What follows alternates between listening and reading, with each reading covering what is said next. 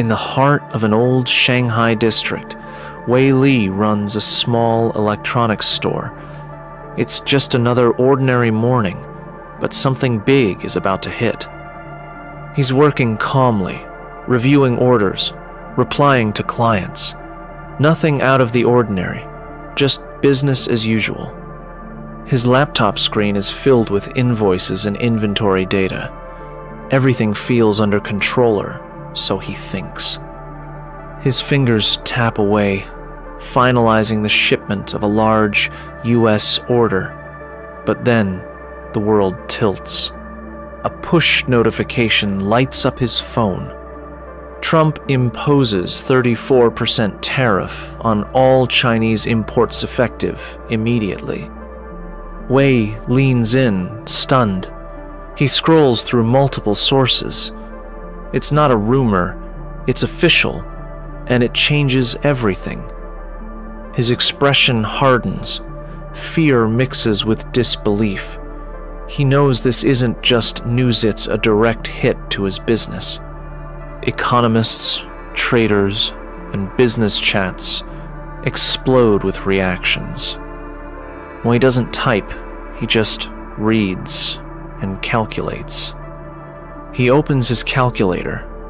A big laptop order for an American client is in limbo. He needs to do the math.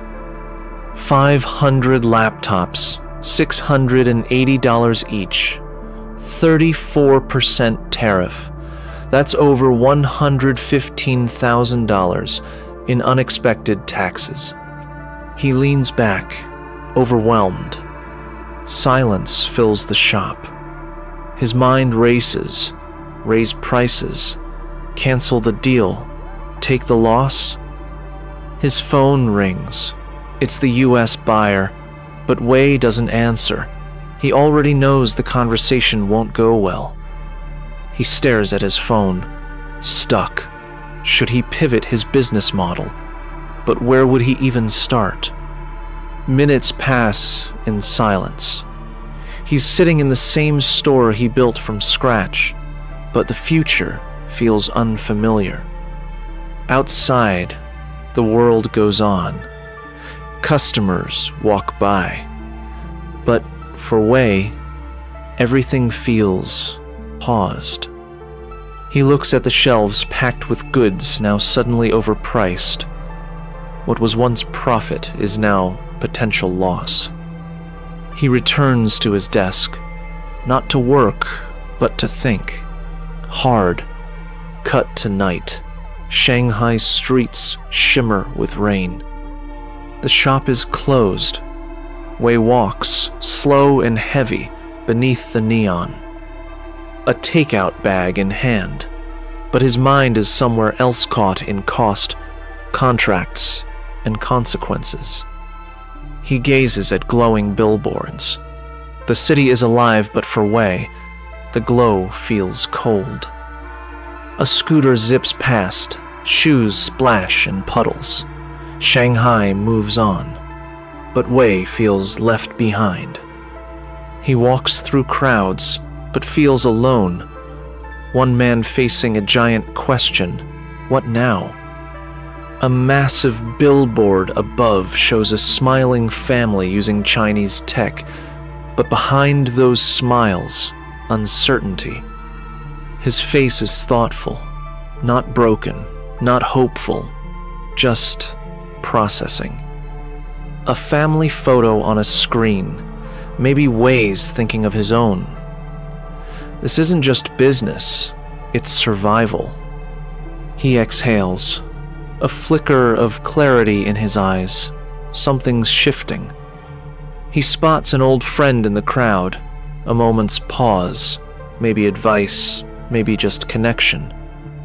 They speak briefly. The conversation isn't shown, but something about it changes Wei's expression.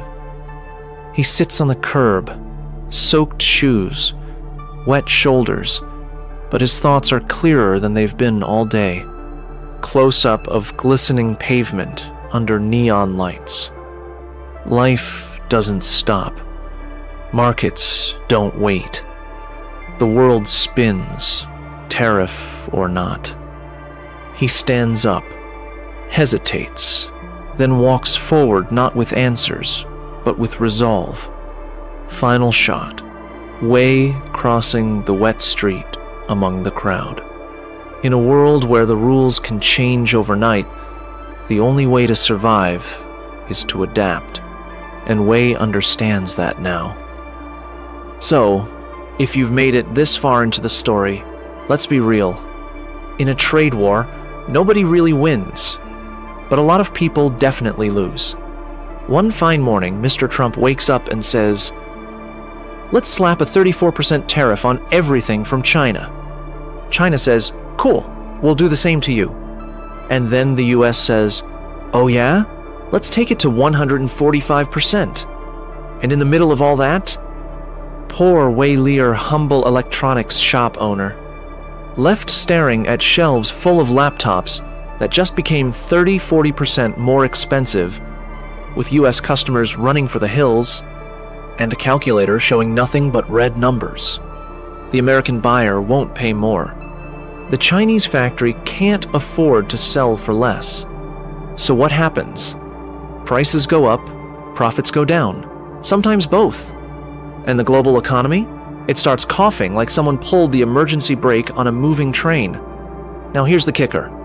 They call tariffs protection for domestic industry. But in reality, it's just a hidden tax on regular people. You, me, and anyone who needs to buy, well, anything.